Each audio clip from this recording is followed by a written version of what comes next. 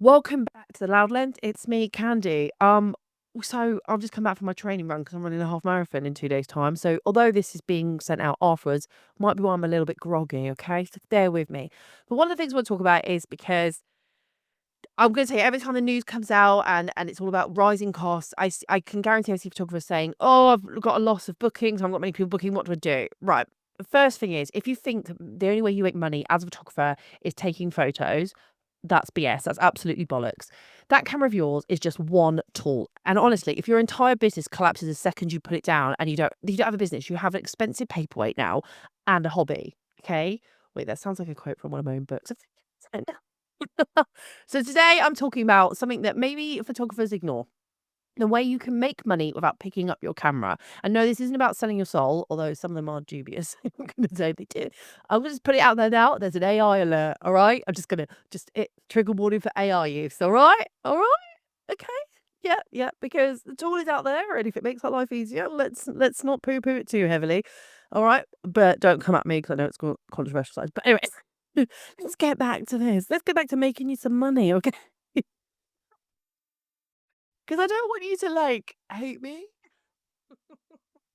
I don't know. I don't know. Okay, so this is about being smart, diversifying, and realizing your brain, your experience, and personality are worth more than just your camera click. Okay, this is about making money. Okay, so I just want to say, photographers love to trap themselves. Like, we literally tell ourselves, "I'm only valuable. I've only got value. I'm only somebody if I have a camera in my hand," which is utter bollocks. Okay, utter trashy bollocks. The reality is, your knowledge, your problem-solving skills, even the way you explain things, those are bankable. Those could make money, honey. That's quite nice, isn't it? Money, honey. That's definitely from a show. I've definitely robbed that. I'm not that clever enough to make that harmony on my own. So this is, I mean, I will be honest, this is probably why I wrote, well, it is one of the reasons why I wrote my books. No one fucking cares about your photography and take the fucking lens cap off because there are too many photographers who put their entire self-worth into one tool. And the real value, like I said, is you yourself, the person holding that camera, the person behind it. So if you stop clinging to your camera for dear life and like Jack on that door in Titanic, which we all know he could have got on, right? We all know, agree that if Rose had just scooted over a bit, Jack could have survived. But then we wouldn't have had Celine Dion in the charts for 40 years singing My Heart Will Go On and On and On and On and On and On. I mean, Jack, get on the door, save us all. Love you, Celine, but not that much. It does not need to go on for 20 odd years. So if you stop clinging to your camera for dear life, you open up income at streams that can give you stability and breathing room because relying on one stream or avenue of money is very dangerous for you and your business. And what happens when clients ghost you? What happens when bookings dry up? What happens when you need other avenues? And I'm just going to tell you now, every time the news puts out something that says, "Oh, rising costs, the gas prices are going up, this is going up," bookings drop off instantly. It's like psychological. People are like, right, the book, right, it's coming in October, so we're not doing anything in June, July. And that's fine. That's a natural reaction to have. But I'm going to tell you now, as the cost of everything goes up, we're going to see this more and more. So we need to think about our avenues, okay? And only a fool would think I'm just going to stick to being a camera. So let's start with the main body of avenues, okay? The main, what I like to call the main part, which is what I've already called it. So yeah, that made no sense then. Let's think about education. So let's start with teaching. Not everyone can teach. Okay, first off, do not just think, right, Khandie says I'm teaching, I'm off to teach. No. Workshops, online courses, mentoring sessions. People pay for those. Photographers want someone to cut through the noise. And if you're blunt and honest, you'll stand out even more. Hello. Hello, me, yes. I've been mentoring photographers myself quite a bit. And particularly recently, I've had a big uptake on it. The common thread is this: they don't need more gear. They need someone to help them run their business better. So if that's you, by the way, my mentoring slots are open. I can pop a link somewhere in the show notes, right? But what the reason people have come to me for mentoring are like, and it's not all like, "Oh, fix my business." Sometimes I mean, I can do that. Well, no, that's a lie. You should never have a photographer that goes to a mentor that goes, "I can fix all your problems." I will guide you to where I think will be the solution, but you have to do it. Otherwise, that's just a false promise. No one can fix everything. It's not a miracle cure, but I can certainly give you the tools and help you. So one guy came to me, he was in estate photography, and he said, "I need to get quicker at estate photography, Khandie. I'm not earning enough. When I work out my hours." I was like, "Okay, bring him in." And we literally shot my studio like it was like a house. And he was like, "What do I do?" I said, "Well, what it was really down to was the fact that he didn't understand Flash." And once we got that down, guy went from what was it? I think he said like 3 hours in a house to we got him down to half an hour, and with time, he'll get quicker. Okay? You know, it was all these little twerks, like shooting because he was a very tall gentleman. It's not a case of shooting at his height. He's an extremely tall gentleman. Bring it slightly lower down. And I said, what you want to do is shoot about here. Because when we shoot a state, we don't shoot at eye level. You shoot at sort of mid chest, upper abdomen level. And his mid chest is above my head. That's how tall this man was, which makes for sense because he was making everything look smaller in the rooms. So showing him where his tripod needed to be already elevated his photography, but having someone say that to you and show you helped him, right? I also had someone who came to me for mentoring because they were literally struggling on how to make clients from their existing clients, which okay, so if you have client base and they only hire you for one thing, he was like, how do I get them to hire me for other things? I said, well, do you offer it? He goes, well, I advertise it. I said, yeah, but do you talk about it with them? Do you share their stuff? Do you, one of the tips I always say, if you are doing event photography, is every now and then do a headshot of somebody, just do a quick natural light one and say, I'll just do it for you. Like it's a one-off freebie, right? You don't, I mean, you could charge, but at this point, if no one's booking you, it's going to be a bit difficult to get them to charge you. Do that one-off one. And then when you do the package next time and they say, hey, you go, hey, well, I'll do headshots. You know, someone's got a fresh headshot, I can put that in my package and just add a little extra cost onto that. And then just do one quick headshot and see how you're building the business out. Okay. You're also able to diversify. And we spoke about if you can do events, you can do this. You know, if you can do headshots, you can do portraits. You know, there's a way to diversify things, okay? So, I mean, it's it's all maybe sometimes it's just having another voice that isn't your friends, it isn't your loved one telling you, okay? Sometimes it's just nice to have somebody who is in the business, who isn't a tosspot, who isn't a bit of a dickhead. Well, I am a bit of a dickhead, but talking to you, okay? Also, I don't wanna, like, forgo the fact that everyone who's a mentor is great. I paid for a mentoring years ago, when I first got my studio, because I had never had a studio. You know the story of me getting a studio, I didn't want it. I helped out a friend, love it now, absolutely love it. And I love that friend for letting me have that space. But what I didn't know about firsthand about studio, so I went to a mentor, I said, "Look, I've opened a studio, I need some help on how to make this profitable," right? And I did it while I was painting the studio. And I thought, right, okay. And I'd already set stuff in place, but I thought, right, I just need to get this first month out of the way, and then I need to get some help on keeping it away.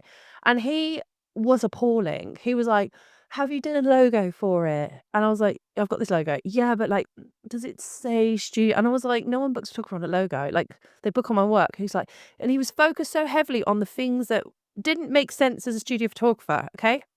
He was talking about footfall. I don't have footfall in my location. You don't have footfall in this location. It is tucked away. It is not a natural shopping spot for people. It is definitely you come here to be photographed. And he can understand that concept because he had a high street studio, okay? And he's like, oh, I get people walking all the time. But I don't. I literally don't. I'm also not allowed to put a sandwich board outside. So he goes, oh, I would put one out anyway. No, I'm not falling foul of my lovely landlord. Leave me alone. So it didn't work out for me, okay? So pick your mentors carefully. That's just one. And I've had one. I've spoken about this before. I went to Chris Ord, and I think he's a fantastic guy to go to. I just went to him for some pep talk, I think. He had an offer on. I jumped on it because I was going to get him, and then this offer popped up. It was like serendipitous. I got it, and I had a great time. So if you're looking, and he taught me so much, and in a very short time, and I highly recommend have a look at his mentoring sessions. And I know for a fact Chris also does in-person workshops. Have a look. He's not just in the northeast in Scotland, not in Scotland, sorry, in Newcastle. He's also doing them in London. So go check Chris Ord, O-R-D. I've probably said that wrong. He's a lovely person, okay? But he actually does training workshops, all right? So yeah, that's a mentor. If you want to learn in person, or you can, you know, they're the two that I've used as a mentor, okay? But let's not forget about speaking gigs. Okay, so you're a photographer and people will actually hand you money to talk about photography. Case in point, I've spoken at the Photography Video Show. I've spoken at the BIPEP, which is British Institute of Professional Photographers, which I'm now an ambassador for. I have spoken at numerous camera clubs at universities. I've done stuff for the BBC where I've been speaking. And people, and I mean, I'm booked to do at the Society's convention in London in January. By the way, check that out. Go have a look. Um, it's one of the largest ones, I'm told. So go. I'm there for 2 days, where I'm literally talking. You can have a whole rant with me in the room. Like, it's a very long rant, okay? And they're paying me to stand there and rant in person. So if I can do it, so can you, okay? Just think about what your unique angle is and offer it out. So, if, by the way, if you're looking to hire me for speaking slots, I am available. Drop me a message. But I also like to create quite unique content per every talk. I don't think it's fair to do the same content for every talk, but there's always something that changes in it. Right, the other one is digital products. Okay, so you might think, what is that, Khandie? So we're talking presets, editing LUTs, posing guides, templates, anything that makes another photographer's life easier. Personally, I'm more of a guide and template person. Admin bores the life out of me, but I know many photographers struggle with pricing, inquiries, and setting boundaries, which is why I've written some blunt guides and even have those books on it. People pay for shortcuts, and if you've solved a problem, the package sells itself. Okay. I personally think some of the greatest ones are posing guides to do because people always struggle with posing. It does take a lot for you to put in because you have to photograph it and put some information in. But one of the things I hand out for free, you might laugh at me while I do this because I'm talking to you about money, is I do the brand photo guideline, right? Where basically clients can download my branding guide and take those photos themselves, realize they struggle with it, and then hire me. It's like a lost leader, okay? I know other photographers have downloaded it because I get all their emails. And that's fine. I don't care. It's always an interesting thing to have. So there is that. LUTs are great if you're into editing and you maybe want to do some presets, but LUT specifically for me, I don't do that too much, but I haven't been known to buy the odd preset. I also make my own. I don't sell my own anymore. I did it once and it just got to the point where I don't know, I didn't enjoy selling. I don't know why I didn't enjoy selling it, but I know lots of people make a lot of money on it. There's quite a few people who sell their LUTs. Have a look around. There's people who make a lot of money on LUTs. So basically, anything that makes a photographer life easier, that's a potential, all right? There's also membership platforms. Now, I'm gonna say this costs a little bit to set up, but you can also do ones that are free. Okay, so membership and courses is where photographers start building real stability. Even small groups paying monthly add up. Now, I don't do that. But I wanted to include this because I know some people do it. So I mean, there are places like Patreon where you can get people who will pay and you educate them. That's a lot of commitment from you. I don't do that, but I know photographers do, and I think it was right to include this in here. What I do instead is I do stuff like this podcast. I did the Lounge Leds because I wanted to build a community of photographers who want honest, no bullshit advice. And I know some of you are listening to me now because you were on one of my other, perhaps watch my YouTube, or you found me on TikTok, or you found me on Instagram, or you just were on Spotify, Amazon Music, where else we listen to Apple, and just happened upon me. And that's fine. And with this, I can build traction, and I'm going to talk about this a little bit later on, but you can build platforms if you've got a community. I haven't got as much experience on that, but I wanted to include that. Patreon is been proving very popular for certain friends. But that being said, I know it's quite a beast to maintain, and it is creating exclusive content just for that group, and it doesn't go beyond that group. So, it's how you feel about that, and have you got the time and dedication? But if you're not getting the bookings in, maybe that's a potential for you. But please note, you do have then commitments to those people who've paid. Okay. Also, let's talk about content creation. Something that I do quite a lot of, be that YouTube, Instagram, TikTok, Reels, podcasting, this one. That's how photographers can make serious cash now. And I don't kid yourself, you don't need 1 million followers. You just need consistent and more importantly, authentic, very real you. People want trust. So if you want to build an audience, even a small one, people are going to love you. And so this is why one of the reasons I created my YouTube channel was not because there wasn't great YouTube content already out there, but the reason was my personal experience on YouTube was that I wanted somebody who showed me a bit more real stuff. Everyone could get these models in. I wanted real people. I wanted someone who was very blunt, didn't fluff it up. I necessarily wasn't here to do amazing, cinematic shots and then talk in a really soft tone over the top, like, so as we wander through this desert of self-employment, I ask myself over my virgin steamed coffee bean coffee. It's not gonna work for me, is it? I, those kind of videos, I was like, oh, I wanted things a bit more blunt. And yes, my content is very blunt, but I like to think I don't gatekeep anything, and it grew and it's grown quite rapidly now. I would say in the last 9 months, I've really focused on it. So I'm hoping if you haven't already, go subscribe to that.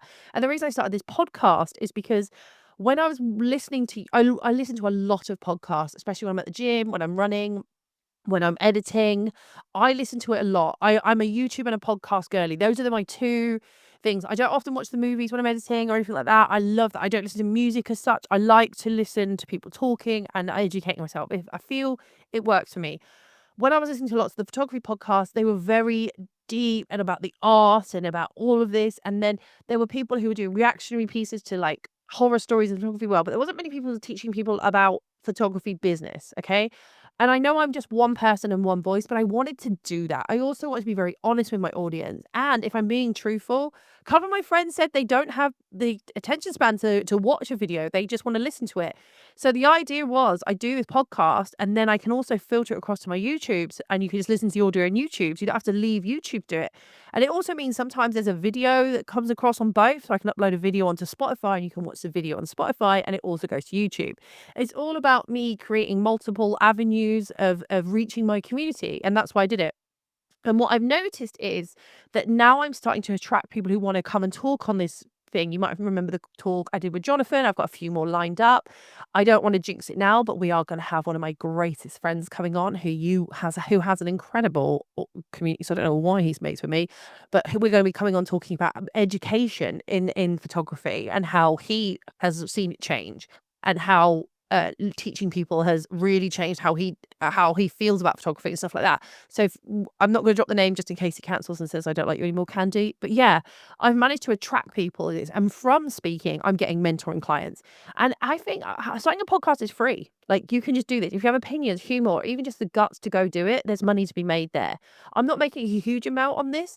I make quite a bit of money occasionally on TikTok under the Khandie name, but it's not the Khandie photography name. I decided that I would have two separate accounts. One that's Khandie, the opinionated person on society, and then we will have Khandie, the photography one, slowly. Okay, it's all about how I diversify that up for me.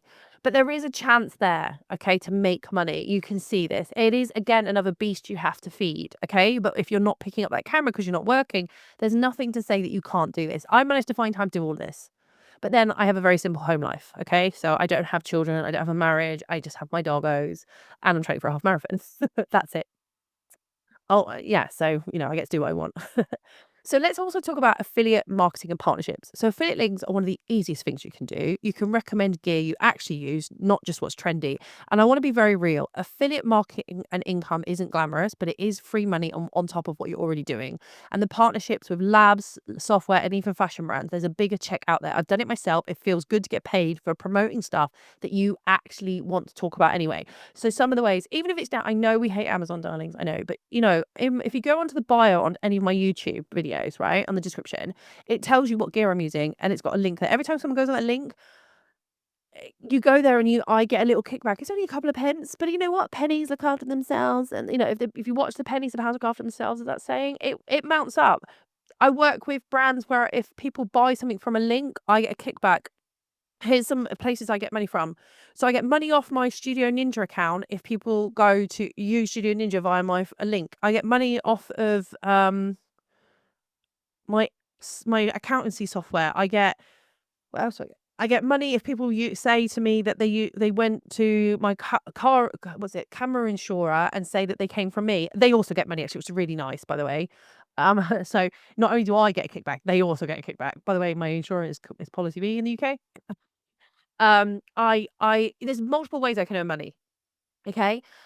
Sometimes brands will reach out to me and say, "Hey, would you recommend this product to people?" And I'm going to be very honest with you now. And I know people go, "Oh, I turned down, what was it, £500, maybe a bit more, because someone wanted me to promote a product I'd never used." And I was just like, "No, I'm not doing that." And everyone was like, "Yeah, but it's £500. No, I can't. I can't. I have got a level of integrity. I don't care how desperate I am, for clout or whatever. If I don't know." And there's that famous thing I talk about for me where I got sent something, they asked me to unbox it live, and I said, "What, fully live? You want me to check it first?" Like, no, he'll be fine. And it arrived broken, and that didn't go so well for them, and they still had to pay me. I also get kickbacks on other products that I use, the retouch software, and people hire it, I get money back on that. It's all helpful. It's all good. Okay. It's all good for me. And I don't, and you can do it. You can literally set up affiliate marketing on Amazon yourself. You could go do it. It's so easy. Okay.